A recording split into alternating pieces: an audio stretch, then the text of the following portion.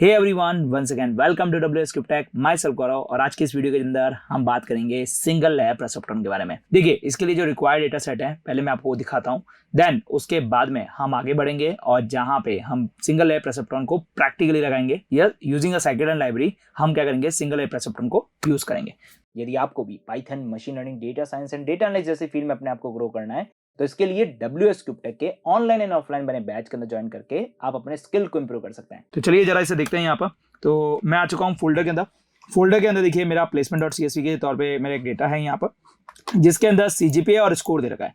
उसके बेसिस पे हमें बताना है कि किसी पर्सन का प्लेसमेंट हुआ है या नहीं हुआ है।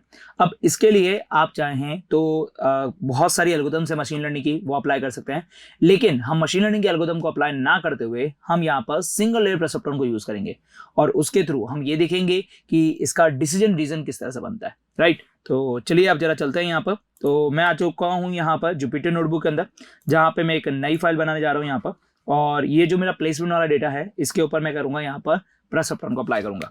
इसके लिए जो मेरी रिक्वायर्ड लाइब्रेरी है मैं उसे इंपोर्ट कर लेता हूँ। जैसे पांडास है हमारी सबसे पहले रिक्वायर्ड लाइब्रेरी, तो इसे हम इंपोर्ट करते हैं।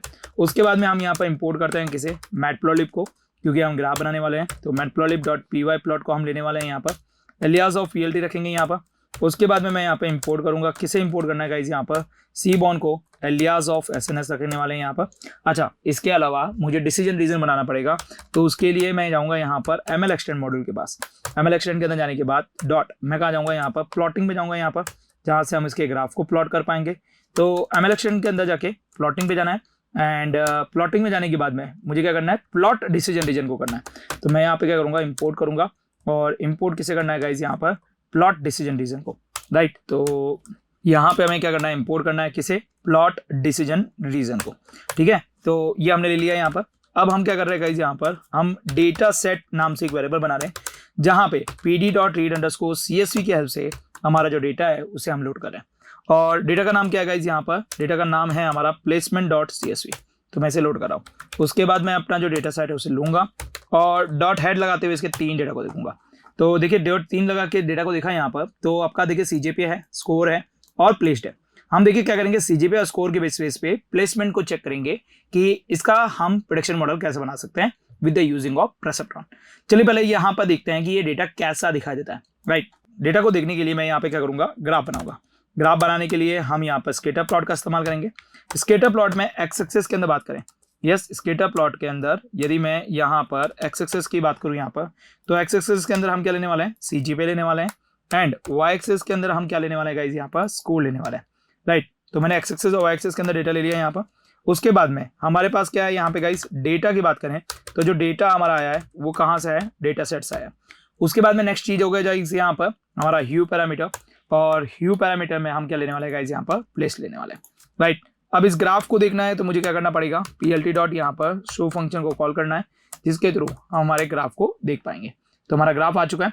अब यदि मेरे को यहाँ पे इस ग्राफ को छोटा करना है, तो क्योंकि छोटा इसलिए करना है क्योंकि हमारा ग्राफ प्रॉपर एक स्क्रीन के अंदर नहीं आ रहा है यहाँ पर, तो मुझे इसको छोटा करना पड़ेगा। छोटा करने के लिए मैं फिगर का इस्तेमाल करूंगा। फिगर के अंदर मैं क्या करने वाला हूँ गाइज, यहाँ पर फिक्स साइज का इस्तेमाल करूंगा। फिक्स साइज के अंदर मैं 4,3 का एक छोटा सा ग्राफ बनाऊंगा, जिसके थ्रू हम यहाँ पे देखेंगे कि हमारा जो डेटा है वो लीनियरली सेपरेबल है। यहाँ पर मैं एक लाइन बना सकता हूँ जिसके थ्रू मेरा जो ग्राफ है वो लीनियरली सेपरेबल हो जाएगा। अब जो हमारा प्रेसप्टोन है वो किस तरह से इसको सेपरेबल करता है, यहाँ पर किस तरह से सेपरेट करता है, उसको आप जरा देखते हैं यहाँ पर। तो चलिए पहले हमारे जो डेटा है उसको इनपुट और आउटपुट में अलग अलग कर लेते हैं। तो उसके लिए मैं क्या कर रहा हूँ गाइज, यहाँ पर एक्स ले रहा हूँ। यहाँ पर एक्स के अंदर क्या करूंगा, डेटा सेट लूंगा, डॉट में आईलॉक लूंगा, जिसके अंदर सारी नंबर ऑफ रो लूंगा, सारे नंबर ऑफ कॉलम्स लेंगे, लेकिन -1 करके जो आपका प्लेस्ड वाला कॉलम है उसे हम लीव कर देंगे। चलिए उसके बाद में गाइज यहाँ पर बात करें वाई एक्सिस के बारे में, तो वाई एक्सिस के तौर पर मैं डेटा सेट लूंगा और यहाँ पे जाके मेरा जो प्लेस्ड वाला कॉलम है उसे मैं लेने वाला हूँ। तो ये मेरा एक्स एक्सिस और वाई एक्सिस का डेटा आ चुका है। अब इसके बाद में मेरे पास एक्स्ट्रा ऑर्डिनरी और कोई डेटा पड़ा नहीं है यहाँ पर, तो इसके लिए मुझे क्या करना है, इसी डेटा में से कुछ टेस्टिंग का डेटा निकालना पड़ेगा कि मेरा मॉडल कितने % एक्यूरेसी के साथ चल रहा है। तो इसके लिए मैं कर रहा हूँ यहाँ पर ट्रेन टेस्ट स्प्लिटिंग कर रहा हूँ मेरे डेटा को। कैसे करेंगे, तो मैं जाऊँगा फ्रॉम साइकिलन के पास जाऊँगा गाइज, यहाँ पर डॉट मैं जा रहा हूँ यहाँ पर मॉडल सिलेक्शन के पास यहाँ पर, जिसके थ्रू हम हमारे डेटा को 2 पार्ट के अंदर तोड़ने वाले हैं, ट्रेन और टेस्ट के अंदर। इसके लिए हम क्या करेंगे गाइज, यहाँ पर ट्रेन टेस्ट स्प्लिटिंग को कॉल करेंगे। अब यहाँ पर मैं x अंडरस्कोर क्या करने वाला हूँ गाइज, यहाँ पर ट्रेन के नाम से एक वेरिएबल बना देता हूँ यहाँ पर, फिर x अंडरस्कोर टेस्ट के नाम से पैरामीटर बनाना है, y अंडरस्कोर मैं क्या कर रहा हूँ गाइस यहाँ पर ट्रेन के नाम से एक पैरामीटर बना रहा हूँ, ठीक है, और क्या कर रहा हूँ यहाँ पर y अंडरस्कोर टेस्ट के नाम से एक पैरामीटर बना रहा हूँ, जहाँ पे ट्रेन टेस्ट प्लॉटिंग करेंगे और इसके अंदर x, y डेटा डालेंगे और हमारा जो टेस्ट साइज है वो हम देंगे। टेस्ट साइज क्या देने वाला है गाइस यहाँ पर 0.2 20%, और रैंडम स्टेट की बात करें यहाँ पर तो random state is equal to 42 देने वाला है। चलिए इसे रन करते हैं यहाँ पर। अब नेक्स्ट क्या होगा गाइस, यहाँ पर हमारा डेटा जो है वो ट्रेन टेस्ट प्लॉटिंग में तोड़ चुका है। अब मेरा काम यहाँ पे ये होगा कि हमारा जो मॉडल बने, अब मॉडल बनाने के लिए हम क्या करेंगे, परसेप्ट्रॉन को कॉल करेंगे। इसके लिए क्या कर रहा हूँ गाइस यहाँ पर फ्रॉम, मैं जाऊंगा यहाँ पर साइकिल-लेन के अंदर। साइकिल-लेन के अंदर जाने के बाद आपको लीनियर मॉडल में जाना है। लीनियर मॉडल के अंदर आपको मिल जाएगा परसेप्ट्रॉन। यस, क्या मिलेगा, परसेप्ट्रॉन मिलेगा। यहाँ से आप परसेप्ट्रॉन का मॉडल बना सकते हैं। अब परसेप्ट्रॉन के लिए मैं PR नाम से एक वेरिएबल बना रहा हूँ और परसेप्ट्रॉन को कह रहा हूँ कॉल करूंगा। अब परसेप्ट्रॉन को कॉल करने के बाद में PR डॉट क्या करना है गाइस, यहाँ पर मॉडल को फिट करना है। फिट के अंदर मैं क्या कर रहा हूँ गाइस, यहाँ पर x underscore train and y underscore train pass करा दूंगा। रन करते हैं। मेरा मॉडल जो है यहाँ पर ट्रेंड हो चुका है। अब मॉडल की हम क्या कर रहे हैं गाइस, यहाँ पर एक्यूरेसी चेक करते हैं कि कितने % एक्यूरेसी है, क्या मेरा मॉडल ओवरफिटेड हुआ है या नहीं हुआ है, ये भी हमें देखना है। तो इसके लिए मैं PR डॉट क्या करूंगा गाइस, यहाँ पर स्कोर चेक करूंगा। स्कोर के अंदर यदि मैं यहाँ पर x underscore train and y underscore train डालूं यहाँ पर और मल्टीप्लाई बाय 100 करूंगा, यहाँ पर PR डॉट क्या करूंगा गाइस, यहाँ पर स्कोर चेक करूंगा जिसके अंदर x underscore test and y underscore test डालने वाला हूँ और इसको भी क्या करने वाला हूँ गाइस, यहाँ पर मल्टीप्लाई बाय 100 करूंगा। रन करते हैं तो देखिए आपकी जो ट्रेनिंग एक्यूरेसी वो कम है और टेस्टिंग एक्यूरेसी ज़्यादा है। इसका मतलब कहीं ना कहीं प्रॉब्लम हुई है। तो हम क्या कर रहे हैं, हमारे रैंडम स्टेट की वैल्यू को चेंज करते हैं। रैंडम स्टेट की वैल्यू को 10 करता हूँ यहाँ पर और 10 के हिसाब से ट्रेन करूँ तो देखिए हमारे पास 77 आ रहा है, 75 आ रहा है। इसका मतलब मॉडल ओवरफिटिंग तो हुआ है, लेकिन ठीक है हमारा मॉडल यहाँ पे सही आया है। अब मुझे यहाँ पर देखना है कि मेरा मॉडल जो है वो किस तरह से लाइन बना रहा है, मतलब यहाँ पर ये किस तरीके से डिसीजन रीजन बना रहा है, ये चीज हमें यहाँ पर चेक करनी है। इसके लिए हमने यहाँ पे यूज किया था प्लॉट डिसीजन रीजन को, तो मैं बस वही प्लॉट डिसीजन रीजन यूज कर रहा हूँ यहाँ पर। अब मुझे यहाँ पे x एक्सिस का डेटा चाहिए और वो भी किस फॉर्मेट में, एरे में। तो मैं यहाँ पर 2 अंडरस्कोर मैं यहाँ पे numpy का कॉल करूंगा, राइट। उसी तरीके से मैं यहाँ पे y डॉट यहाँ पे क्या कर रहा हूँ 2 अंडरस्कोर numpy को कॉल करूंगा। उसके बाद मेरे पास है यहाँ पर CLF, मैं CLF को कॉल कर रहा हूँ और CLF के तौर पर मैं PR को कॉल करूंगा। इसके ग्राफ को देखने के लिए मैं plt.show फंक्शन को कॉल करूंगा और रन करूंगा।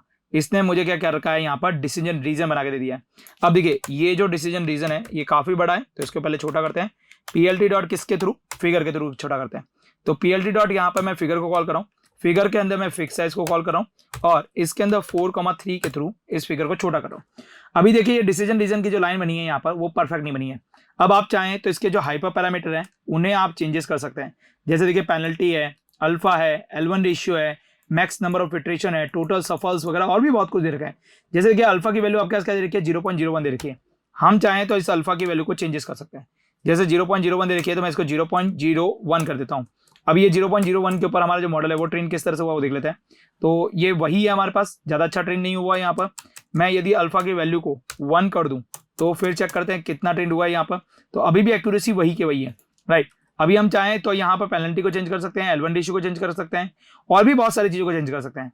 लेकिन यदि हम बात करें परसेप्ट्रॉन के बारे में तो गाइस परसेप्ट्रॉन हमारे पास क्या सिंगल लेयर परसेप्ट्रॉन होता है, वो यहाँ पर परफेक्टली वर्क नहीं करता। कभी भी आपके पास परफेक्टली वर्क नहीं करता, परफेक्टली सेपरेशन नहीं करता है, राइट। तो इसी के लिए हम क्या करते हैं, मल्टी लेयर परसेप्ट्रॉन का यूज करते हैं, जिसे आर्टिफिशियल न्यूरल नेटवर्क भी कहते हैं, राइट। तो आने वाले वीडियो के अंदर हम क्या करेंगे, आर्टिफिशियल न्यूरल नेटवर्क को समझेंगे। चलिए मैं आपको थोड़ा परसेप्ट्रॉन के बारे में एक और चीज दिखा दूं, यहाँ पर थोड़ा सा विजुअलाइजेशन आपको दिखाऊं यहाँ पर। तो देखिए परसेप्ट्रॉन को यदि आपको और अच्छे से विजुअलाइजेशन करना है तो आप ये playground.tensorflow.org जो वेबसाइट है यहाँ पे आ सकते हैं। यहाँ पे अपने हिसाब से कोई भी आप डेटा को चूज कर सकते हैं और परसेप्ट्रॉन बना सकते हैं, राइट। चलिए देखिए कैसे बनता है यहाँ पर। तो देखिए सिंगल लेयर परसेप्ट्रॉन आपको बनाना है यहाँ पर। तो सिंगल लेयर परसेप्ट्रॉन के अंदर पहले तो आप डेटा सेलेक्ट कर लीजिए। जैसे मैंने ये डेटा सेलेक्ट कर लिया यहाँ पर, राइट। ये डेटा सेलेक्ट करने के बाद में अब हमारे इनपुट्स कितने रहने चाहिए वो आप इनपुट चूज कर सकते हैं यहाँ पर। यस, यहाँ पे आप अपने इनपुट चूज कर सकते हैं, इनपुट फीचर कौन कौन से लेने हैं यहाँ पर। और इनपुट फीचर लेने के बाद में आप अपने बीच में न्यूरॉन्स रख सकते हैं और उसके बाद काम कर सकते हैं। अब आप अपना मॉडल चलाएंगे तो ये किस तरह से सेपरेशन हो रहा है वो आपको देखने को मिल जाएगा। ये कब हो रहा है, जब आपका लीनियरली सेपरेबल डेटा हो। यहाँ पर जब हमारा नॉन लीनियरली सेपरेबल डेटा हो, जैसा कि कुछ इस तरह से या जैसा कि कुछ इस तरह से, जैसा कि कुछ इस तरह से। अब यहाँ पर हम परसेप्ट्रॉन चलाते हैं तो ये लीनियरली सेपरेबल डेटा नहीं कर पाता है। तो इसके लिए हमें क्या करना पड़ेगा, हमें नंबर ऑफ न्यूरॉन्स को बढ़ाना पड़ेगा। हमें क्या करना पड़ेगा, नंबर ऑफ न्यूरॉन्स को बढ़ाना पड़ेगा ताकि ये अच्छे तरीके से क्या करे, सेपरेबल करे। जैसे देखिए मैंने यहाँ पे नंबर ऑफ न्यूरॉन्स बढ़ा दिए यहाँ पर ताकि अच्छे से सेपरेबल करें। तो देखिए आपके पास यहाँ पे बढ़ रहे हैं।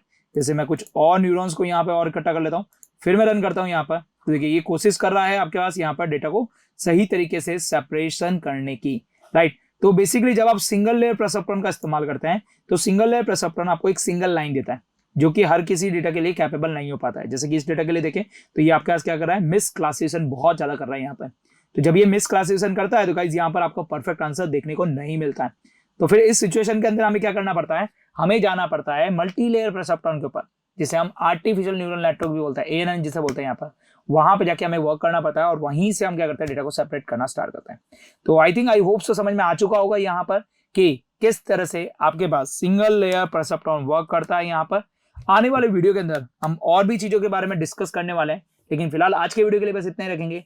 मिलते हैं हमारे अगले वीडियो के साथ, तब तक आप हमारे साथ यूं ही बने रहिए। Till then, good bye.